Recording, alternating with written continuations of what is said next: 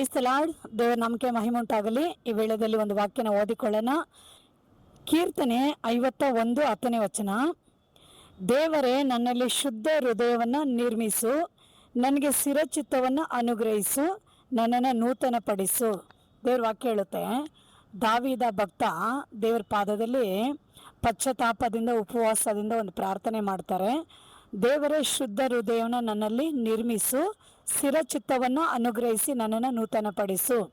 ದಾವೀದ ಯಾಕೆ ಆ ರೀತಿ ಪ್ರಾರ್ಥನೆ ಮಾಡ್ತಾನಂದರೆ, ದಾವೀದ ಒಂದು ಸ್ತ್ರೀನ ಮೋಹಿಸಿ ಆತನು ಪಾಪ ಮಾಡಿಬಿಡ್ತಾನೆ. ಹಾಗಾಗಿ ಆತನ ಹೃದಯ ಏನಾಗ್ಬಿಡುತ್ತೆ ಅಂದರೆ ಆ ಪಾಪದಿಂದ ಅಶುದ್ಧ ಆಗ್ಬಿಡುತ್ತೆ. ಆ ಸಮಯದಲ್ಲಿ ಆತನು ದೇವನ ಆರಾಧಿಸೋಕ್ಕಾಗಲ್ಲ, ದೇವನ್ನ ಸ್ತುತಿಸೋಕ್ಕಾಗೋದಿಲ್ಲ. ಯಾಕಂದರೆ ಶುದ್ಧವಾಗಿ ಆತನು ದೇವರಲ್ಲಿ ಒಂದು ಒಳ್ಳೆ ಭಕ್ತಿ ನೀತಿ ಶುದ್ಧವಾಗಿರುವಾಗೆ ಆತನು ತುಂಬನೇ ಚೆನ್ನಾಗಿ ದೇವರನ್ನ ಸಂತೋಷವಾಗಿ ಆರಾಧಿಸಿ ಕೊಂಡಾಡಿ ಕೀರ್ತಿಸಿ ದೇವರಲ್ಲಿ ಉಲ್ಲಾಸವಾಗಿದ್ದ. ಯಾವಾಗ ಈ ಪಾಪ ಮಾಡಿಬಿಟ್ನೋ ಆಗ ದೇವನ ಆರಾಧಿಸಲು ಆಗದೆ ಆತನ ಹೃದಯ ಏನಾಗ್ಬಿಡ್ತು, ಅಶುದ್ಧ ಆಗ್ಬಿಡ್ತು. ಆಗ ದೇವ್ರ ಮುಂದೆ ನಿಲ್ಲಕ್ಕಾಗದೆ, ದೇವ್ರಿಗೆ ಆರಾಧನೆ ಮಾಡೋಕ್ಕಾಗದೆ ಆತನೇನು ಮಾಡ್ತಾನಂದರೆ ಆ ಪಾಪ ಮಾಡಿದ್ಮೇಲೆ ಆತನಿಗೆ ಸಮಾಧಾನನೇ ಹೋಗ್ಬಿಡುತ್ತೆ, ಸಂತೋಷ ಹೋಗ್ಬಿಡುತ್ತೆ, ರಕ್ಷಣೆ ಆನಂದ ಎಲ್ಲ ಹೋಗ್ಬಿಡುತ್ತೆ. ಆ ಸಮಯದಲ್ಲಿ ದಾವೀದ ಏನು ಮಾಡ್ತಾನೆ, ದೇವ್ರ ಪಾದದಲ್ಲಿ ಹೋಗಿ ಉಪವಾಸ ಮಾಡಿ ಗೋಳಾಡಿ ಕಣ್ಣೀರು ಹಾಕಿ ಪಶ್ಚಾತ್ತಾಪದಿಂದ ದೇವ್ರ ಸಮ್ಮುಖದಲ್ಲಿ ಪ್ರಾರ್ಥನೆ ಮಾಡ್ತಾನೆ. ದೇವರೇ, ನಾನು ಮಾಡಿರೋ ಎಲ್ಲ ಪಾಪಗಳನ್ನು ಕ್ಷಮಿಸ್ರಿ, ನಾನು ಮಾಡಿರೋ ಎಲ್ಲ ಅಕ್ರಮಗಳನ್ನು ಮನ್ನಿಸ್ರಿ, ನಾನು ಈ ಥರ ಪಾಪ ಮಾಡಿಬಿಟ್ಟಿದ್ದೀನಿ, ನನ್ನ ಹೃದಯ ಅಶುದ್ಧ ಆಗಿದೆ. ಹಾಗಾಗಿ ದೇವ, ನನ್ನ ಹೃದಯವನ್ನು ನೀವು ಶುದ್ಧಿ ಮಾಡಿ ನನ್ನ ಹೃದಯನ ನೂತನಪಡಿಸ್ರಿ ಅಂದ್ಬಿಟ್ಟು ದೇವರ ಸಮ್ಮುಖದಲ್ಲಿ ಈ ಥರ ಪ್ರಾರ್ಥನೆ ಮಾಡ್ತಾ ಇದ್ದಾರೆ. ಹೌದು, ಈ ದಿನದಲ್ಲಿ ಮನುಷ್ಯ ಎಲ್ಲಿ ಪಾಪ ಮಾಡ್ತಾನಂದರೆ ಹೃದಯದಲ್ಲಿ ಪಾಪ ಮಾಡ್ತಾನೆ. ಯೇಸು ಹೇಳ್ತಾರೆ, ಪರಸ್ತ್ರೀಯನ್ನು ಮೋಹಿಸುವ ಮನುಷ್ಯನು ಆಗಲೇ ಮನಸ್ಸಲ್ಲಿ ಆಕೆ ಒಟ್ಟಿಗೆ ವ್ಯಭಿಚಾರ ಮಾಡಿದವನಾದನು. ಹೌದು, ಈ ದಿನಗಳಲ್ಲಿ ನೋಡುವಾಗೆ ಒಂದು ಸ್ತ್ರೀಗಳನ್ನ ನೋಡುವಾಗೆ ಗಂಡಸರು ಮೋಹಿಸೋದು, ಗಂಡಸರನ್ನ ನೋಡುವಾಗೆ ಹೆಂಗಸರುಗಳು ಮೋಹಿಸೋದು, ಹುಡುಗಿಗಳು ನೋಡುವಾಗೆ ಹುಡುಗರು ಮೋಹಿಸೋದು, ಹುಡುಗಿರು ನೋಡುವಾಗೆ ಹುಡುಗರು ಮೋಹಿಸೋದು, ಹುಡುಗಿಗಳು ಮೋಹಿಸೋದು. ನೋಡ್ರಿ, ಈ ರೀತಿಯಾಗಿ ಅನೇಕ ಕಡೆ ಏನು ಮಾಡ್ತಾರೆ, ಈ ಕಾಮ, ವ್ಯಭಿಚಾರ, ಈ ಮೋಹ, ಇಚ್ಛೆ, ಈ ಥರ ಎಲ್ಲ ಪಾಪಗಳು ಅವರ ಮನಸ್ಸಲ್ಲಿ ಅವರ ಹೃದಯಗಳಲ್ಲಿ ಅವರು ಮಾಡುವಾಗೆ ಆ ಹೃದಯಗಳು ಅಶುದ್ಧ ಆಗಿ ಅವ್ರ ಮನಸ್ಸುಗಳು ಅಶುದ್ಧ ಆಗುತ್ತೆ. ಇನ್ನು ಅನೇಕರು ನೋಡುವಾಗೆ ಹಣ, ಐಶ್ವರ್ಯ, ಒಡವೆ, ವಸ್ತು ಅವುಗಳನ್ನು ಮೋಹಿಸ್ತಾರೆ. ಇನ್ನು ತಿನ್ನೋ ಆಹಾರ, ಉಡುವಂಥ ವಸ್ತ್ರಗಳು, ಬೇರೊಬ್ಬರ ಮೇಲೆ ಇರುವಂಥ ಈ ರೀತಿ ಆದ ಕಾರ್ಯಗಳ ಮೇಲೆ ಮೋಹಿಸ್ತಾರೆ. ಮೋಹಿಸುವಾಗ ಏನಾಗುತ್ತೆ, ಹೃದಯ ಮನಸ್ಸು ಅಶುದ್ಧ ಆಗುತ್ತೆ. ದೇವರು ಎಲ್ಲಿ ವಾಸ ಮಾಡ್ತಾನೆ ಅಂದರೆ ಹೃದಯದಲ್ಲಿ ವಾಸ ಮಾಡ್ತಾನೆ.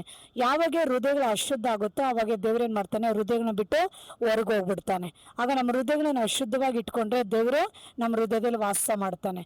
ನಮ್ಮ ಹೃದಯ ಅಶುದ್ಧ ಆಗುವಾಗೆ ಏನಾಗುತ್ತಂದರೆ ಅಶುದ್ಧ ಹಾವಿಗಳು ನಮ್ಮ ಹೃದಯಗಳಲ್ಲಿ ಬಂದು ವಾಸ ಮಾಡೋಕ್ಕೆ ಆರಂಭ ಮಾಡಿಬಿಡ್ತವೆ. ಆ ಮನುಷ್ಯನ ಪಾಪ ಇನ್ನೂ ಹೆಚ್ಚಾಗುತ್ತೆ. ಇನ್ನೂ ಅಶುದ್ಧವಾದ ಪಾಪಗಳಲ್ಲಿ, ಇನ್ನೂ ಅಶುದ್ಧವಾದ ಇಚ್ಛೆಗಳಲ್ಲಿ, ಇನ್ನೂ ಅಶುದ್ಧವಾದ ಅಕ್ರಮ ಅನೀತಿಗಳಲ್ಲಿ ಅವರ ಹೃದಯಗಳು ಹೆಚ್ಚು ಹೆಚ್ಚು ಪಾಪದ ಒಳಗಡೆ ಹೋಗ್ಬಿಡ್ತವೆ. ಹೀಗಾಗಿ ದೇವ್ರ ವಾಕ್ಯ ಹೇಳುತ್ತೆ, ಪಾಪದ ಸಂಬಳ ಮರಣ. ಪಾಪ ಮಾಡುವಾಗೆ ಮನುಷ್ಯನಿಗೆ ರೋಗ ಬರುತ್ತೆ, ಮರಣ ಬರುತ್ತೆ ಎಂದು ದೇವರ ವಾಕ್ಯದಲ್ಲಿದೆ. ಇದನ್ನು ಕೇಳಿಕೊಂಡಿರುವಂಥ ನೀವು ಪ್ರತಿಯೊಬ್ಬರು ಈ ಕೊನೆ ಕಾಲದಲ್ಲಿ ನಿಮ್ಮ ಹೃದಯಗಳನ್ನ ಶುದ್ಧವಾಗಿ ಇಟ್ಕೊಳ್ರಿ. ಯಾವ ಸ್ತ್ರೀಗಳನ್ನ ಮೋಹಿಸೋದು, ಯಾವ ಹುಡುಗರನ್ನ ಮೋಹಿಸೋದು, ಯಾವ ಗಂಡಸರನ್ನ ಮೋಹಿಸೋದು, ಐಶ್ವರ್ಯನ ಮೋಹಿಸೋದು, ಆಡಂಬರಗಳನ್ನ ಮೋಹಿಸೋದು, ಆಹಾರಗಳನ್ನ, ವಸ್ತ್ರಗಳನ್ನ, ಒಡವೆಗಳನ್ನ ಈ ರೀತಿಯಾಗಿ ಮೋಹಿಸೋದು ಹೃದಯದಲ್ಲಿ ಮಾಡುವಂಥ ಪಾಪಗಳಾಗಿರುತ್ತೆ. ಆ ಥರ ಪಾಪ ಮಾಡೋದಾದರೆ ನಮ್ಮ ಹೃದಯ ಅಶುದ್ಧ ಆದರೆ ದೇವರಲ್ಲಿರ್ತಾನೆ, ನಮ್ಮ ಹೃದಯದಲ್ಲಿ ವಾಸವಾಗಿರೋಕ್ಕೆ ಆಗೋದಿಲ್ಲ.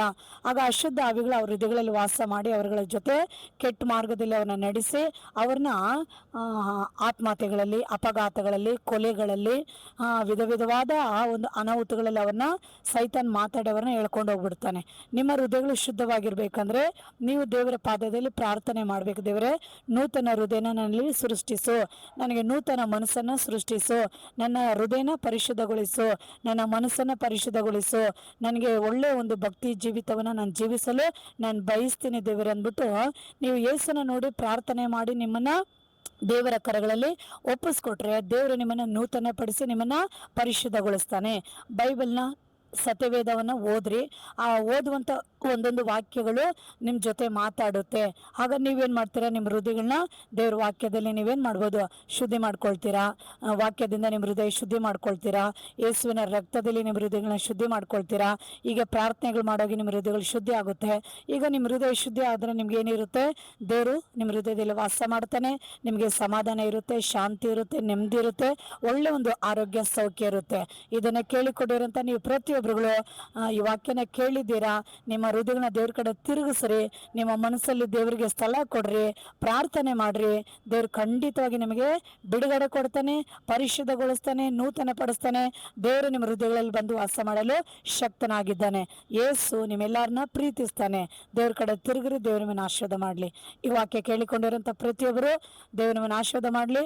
ಲೈಕ್ ಮಾಡಿ, ಶೇರ್ ಮಾಡಿ. God bless you. ಆಮೇಲೆ